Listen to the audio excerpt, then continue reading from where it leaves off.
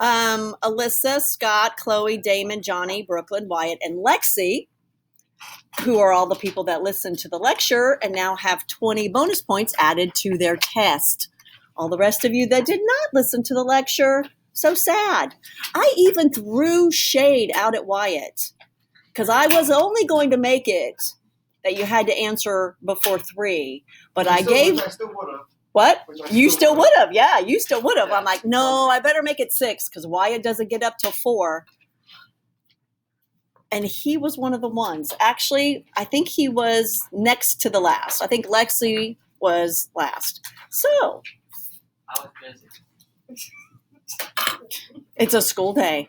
It's a school day. Did anybody listen to it after 6 and realize you missed out on bonus points? Because now all of you people looking at me like, bonus points? You didn't even listen. So I would advise you to listen because I will probably be doing all kinds of things. And here's how it worked. And this is why you don't know. And this is why your friends did not tell you there was bonus. Because I only gave a certain amount of bonus. And I said, I got 100 points to divide between however many people. So that's why your friends didn't tell you, because they didn't want to divide it amongst you. So those of you that are friends with Scott and Lexi and Johnny and Brooklyn, that's why they didn't tell you, because they wanted to keep all the bonus. Alyssa and Scott were first. I think they were almost like within like minutes of each other.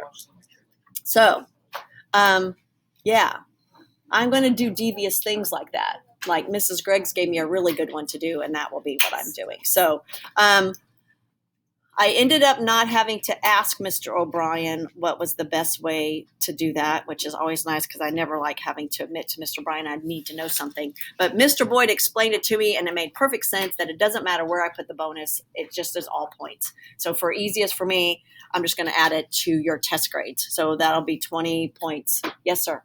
You figure out how to do it? I have not. I need to figure that out. That is on my list today to figure out how I'm going to do test corrections for the kids that took online. And I'm going to mess around with Canvas this afternoon and see if I can print your test off, because that's the easiest way. Because the problem, and it's not your problem, but just so that you understand what my issue with that is that those tests answers are scrambled in Canvas. So I don't even really have an answer key to look. Does that make sense? So what you answered for 1 as C was correct. Who else took it online? Sophie could have answered B and it was correct. So you see what my dilemma is a little bit, and I just have to figure out how I can do that. It might take some time, but I will do it. And if your parents have issues with that being blank, just remind them that that was the test I had to take on Canvas and she's working on it. Okay? All right. We have a quiz to take today. We have our last little bit of notes to get through. But before that, and I having a group discussion with everybody. Some of you are going to have no idea what I'm talking about. Before I say all this stuff, I'm going to say this with a smile on my face because I love all of you. And I know this is what you guys do. I know it. It doesn't make me think any different from you. It doesn't make me think any less of you. But we need to stop. We got a huge, huge cheating problem going on with some friends groups. You guys need to stop. This is the first warning. I've given everybody a fair chance. I was going to do it yesterday because I started grading. Some of you got stuff on your papers already. It doesn't bother me. It's a game. Remember the private investigator? You play the game. I play the game. I get it. That's what you do. But let's stop, because fair warning, don't do it anymore. It gets really easy when it's a wrong answer. I'm just going to say that part. At least if you're going to cheat, make sure you're cheating from somebody that gets all the right answers. Because when you get a wrong answer and 3 people get the same wrong answer, ding, ding, slot machine. Now, some of you might be doing it and I'm not catching you, but please stop, okay? It doesn't bode well. And it really doesn't bode well if you were in this class at Ivy Tech, okay? So, fair warning, let's stop doing that. And we're ready to move on, okay? Yes. What was the sticker cut off the quiz yesterday? I got to look at that because everybody did really well. That's a term quiz. I think probably just about everybody got a sticker. And I'll try to catch that up because we got to get to that quiz and we got to get finished with our notes so we can take our quiz today. That's the other reason those term quiz are good, because usually you guys do really well in the term quiz. Oh, and I'm sorry, one last thing that I want to make sure is, and I know you guys get in a pinch and it happens, but no more one pages on notebook paper either. So we're going to have those. Grab a whole couple. Today, take like 5 or 6 of them with you so that you have them. I think, I'll make some more copies. I'll make some more copies and put them up there, but make sure you take some today, okay? All right. And I was exceptionally good in my lectures yesterday. You guys missed it. Those of you that aren't watching, I continue to have issues with my hair. Yeah, all kinds of stuff. All right, so we are on page 13 for those of you that paid attention. And we are at the birth of Texas. Now, Texas is a weird thing. We got to stick this in here. Texas is going to be one of the issues that will lead us into civil war.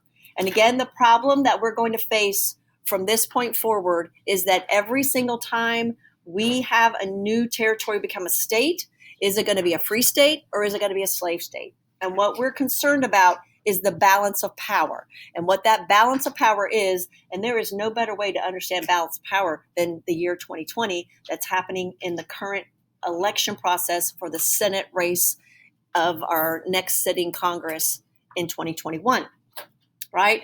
Balance of power is what is at control and at stake. Currently, the Senate is led by the majority of Republicans. We have 2 open Senate races in Georgia. Depending on who wins those Senate races will control Senate. And why is that important? It's important because every single committee is headed by whoever is in power. So if the Republicans in power, they hold the Senate, they hold the chairperson seat of every single committee. Every single committee is chaired by a Republican. Why is that important? Because then the Republican decides if the committee sits or not. They can just say, we're not meeting. We're never meeting. And that's what needs to happen for the institution of slavery. Because Southerners know that if Northerners or Westerners get control of the Senate, they can then push legislation through that will abolish slavery. That's what the balance of power is about. So please make sure you understand both the need to have the balance of power and secondarily why the balance of power is important. The balance of power has nothing to do with anything else except slavery, okay? Texas is going to drop a big bomb on this. And again, those of you that know people from Texas. My dad, the ultimate Texan, whose name was Tex. So, United States wants Texas, right? And if you've ever been to Texas, Texas is a gigantic state, according to my dad, still the biggest state in the union, but it's kind of divided in half. East Texas is really green, great fertile ground to grow, gigantic farms, great for grazing cattle. Then as you move to the west of Dallas, it gets drier and more deserty. And I think that's probably the image that most people have of Texas, West Texas. Even in West Texas, there is the ability to farm and definitely have cattle ranching with longhorn cattle. So Texas is a really important movement to the west for Southerners, right? So Southerners are continuing to grow tobacco, depleting the soil, and they have to keep moving and pushing westward. And because this continue of push westward, they need new ground. So Texas is where we're moving to. So in 1823, a newly independent Mexico has gained its independence from Spain. We don't need to know how or why. It's a really interesting story. It's awesome. And they're going to give Stephen F. Austin Texas. And how he gets Texas, Stephen F. Austin goes and meets with the government of Mexico and says, we would like to move into that territory that you now refer to as Tejas. We're going to move into that. Mexico says, great, none of our people live there. We need to put some people on it. We're feeling awesome. We just got our independence from Spain. Here's 2 things that you need to tell the people who will be moving into that area that they must do to live there. Number one, you have to be Catholic, right? You have to be. It's Mexico. Everybody's Catholic. And you have to be properly Mexicanized. You have to do that if you're going to live. You're in our country. What do Americans do when they're given rules that they don't think they should abide by? We just don't follow them. Stephen F. Austin says, sure. He signs a contract that says these things on it, and begins moving people into East Texas. And again, very shortly thereafter, we are going to have issues because with those people come enslaved human beings. They take their slaves with them.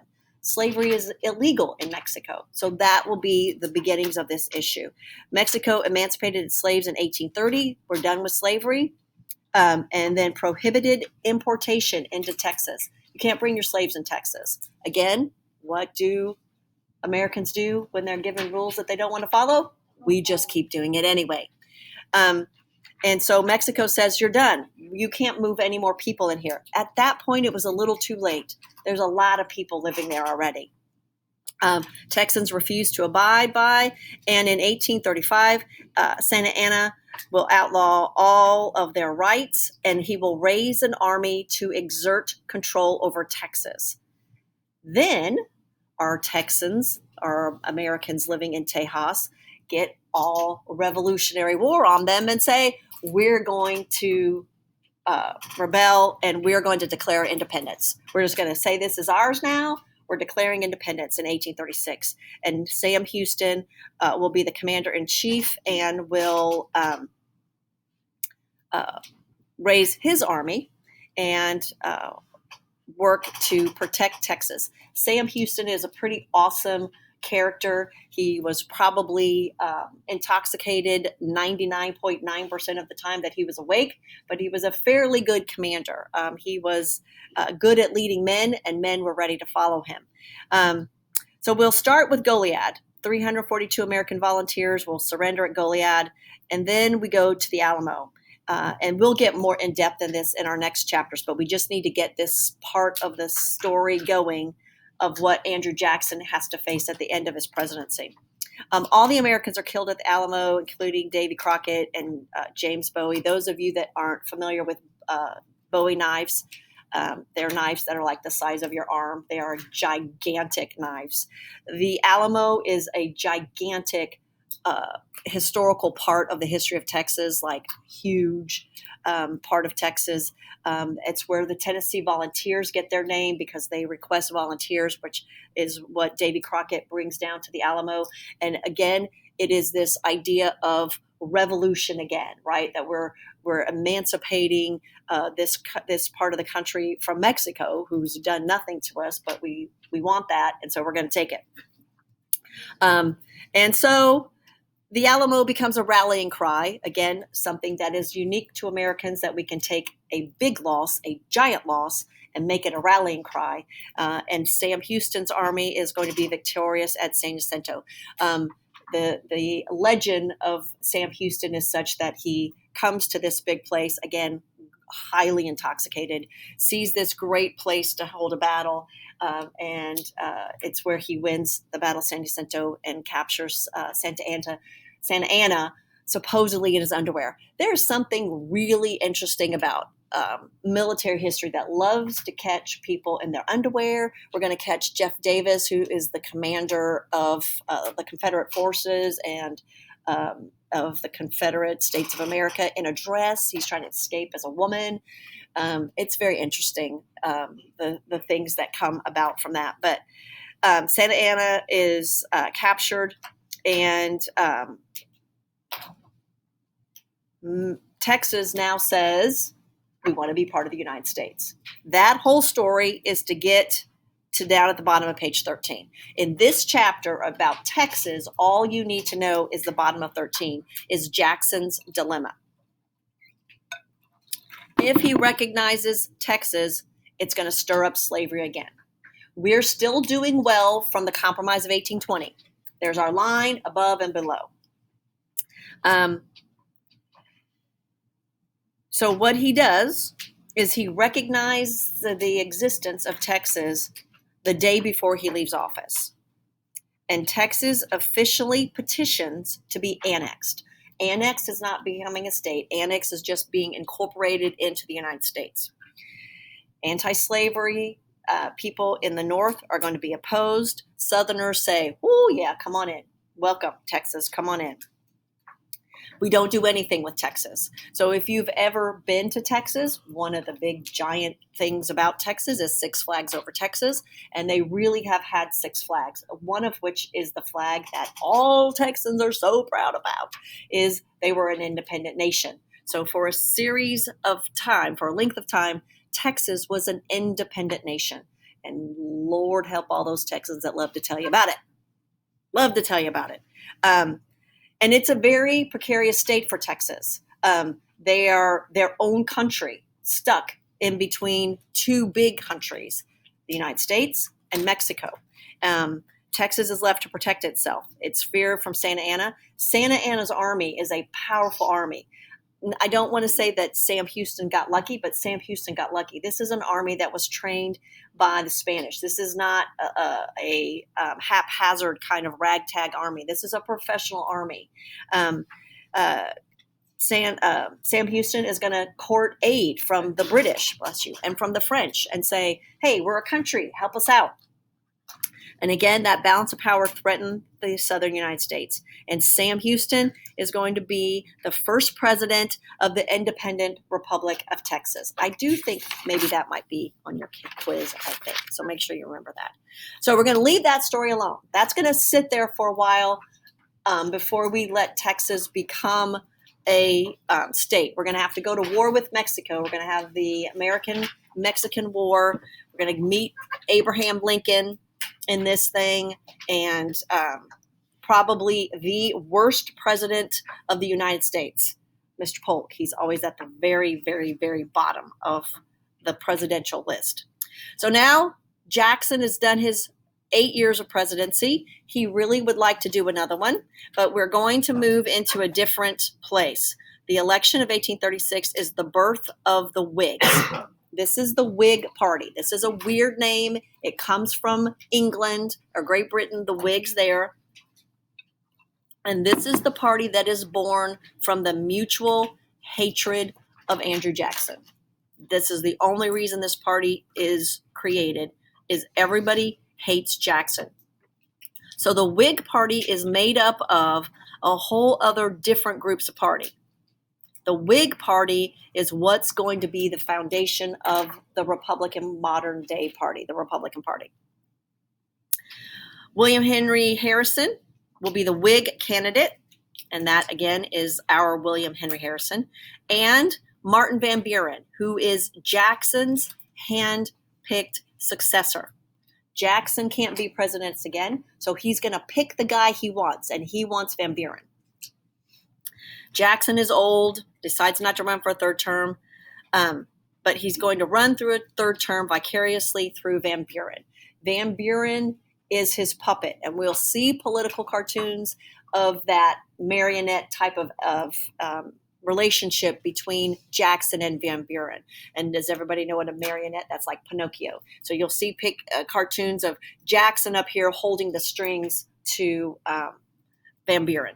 Please make sure, bless you, please make sure you look at this little chart with Whigs and Democrats. Democrats are now what we think of the political party of Democrats. They don't necessarily have the same ideas. Whigs are going to become the Republican Party under Lincoln.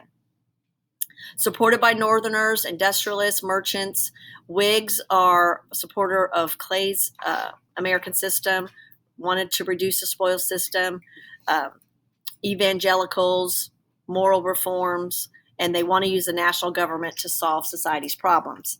Democrats, common man, political machines, states' rights, spoils system, anti-monopoly, and believe federal government should not be involved in people's lives. Okay? Jackson's legacy. This is a president that you should be able to make a great big list of great things he did, not so great things he did. He is certainly, again, a president that is in our gray area. Our positive contributions. demonstrated the value of strong executive leadership. Even though his leadership looked a little weird, like I'm going to go hang you from a tree, it is still leadership. He still, and this is one of the most important things, picked his country over everything else. He was a states writer, but he picked being a unionist over a states writer to advance the best interests of America. He becomes a champion of the common people. That cannot be lost. He is our first real president, even though Thomas Jefferson said he did, he really wasn't. Andrew Jackson was really the first one that represented, even though he wasn't a common man, but understood the common man. Established the Democratic Party. Those are all good stuff. Liabilities, much longer list. The spoil system. Number 2, killing the bus. That's one of the longest lasting legacies that he will have. Flouted the authority of the Supreme Court, Trail of Tears, cabinet crisis, Calhoun, all of those things. When we look at presidents and people who write presidential biographies, you can well imagine, I think, in your head, which presidents have the most biographies written about them. Washington, Lincoln, Eisenhower, FDR, Roosevelt, Andrew Jackson. There's a lot that hardly have any. And I don't know if I have my book about President Polk. First of all, it was hard to find one. But it's really thin. It's about that thin. We have a lot of presidents that kind of just meander in the background, and Martin Van Buren is going to be one of those. He does and has a good political mind. He's a smart guy, but everything he does is in the shadow of Andrew Jackson. And so his presidency, while a lot of important things happen, will be very brief as a result of that. So Martin Van Buren, and this is the part I don't understand. There are tons of schools named Martin Van Buren, and I do not know why. It's not a president that you would pick to have your school named after, but there's a lot of Martin Van Burens. He's from New York. He's part of that big, giant New York political system. Again, he is the principal architect of the second American party system, and he's going to preside over the Panic of 1837. That's the reason Martin Van Buren kind of holds in obscurity because of 1837. This is a panic that is going to be horrific. As a result of the panic, he's going to establish the independent treasury system, and then he's got this Caroline incident that we'll talk about. But at the bottom of page 13, his entire presidency is wrapped up in this panic of 1837. And again, we already know the reason: over speculation. Again, always the reason. Even when we get to 1929 and the Great Depression, it's still going to be over speculation. We've just at that point shifted from land to something a little more sophisticated. And the Great Depression, the Black Tuesday, that over speculation will be more financially driven. It's over speculation of stocks, over speculation of credit, over speculation of issuing credit. But it's still the same thing, over speculation. Those of you in AP Euro, and I don't know if you remember this, but it's just that we're in the topic right now with our South Sea bubbles and our Mississippi bubble, and we talked about those bubbles that just get bigger and bigger and bigger, and eventually we know a bubble's going to pop. That's what these panics are. The panics are the bubble popping.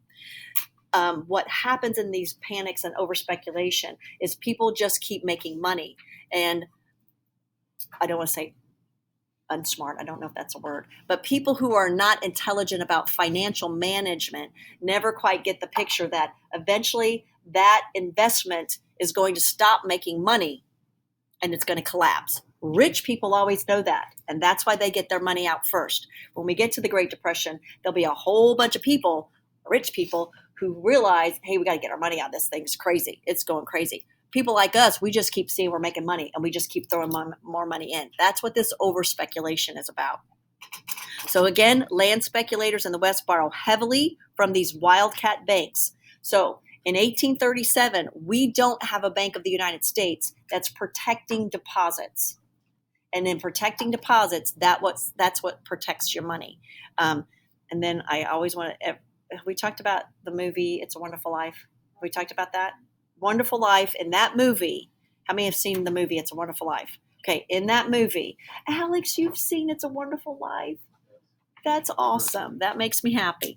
In the movie "It's a Wonderful Life," there is a scene towards the middle of the movie where George Bailey is getting ready to go on a honeymoon with his wife. They run a savings and loan, a small little bank.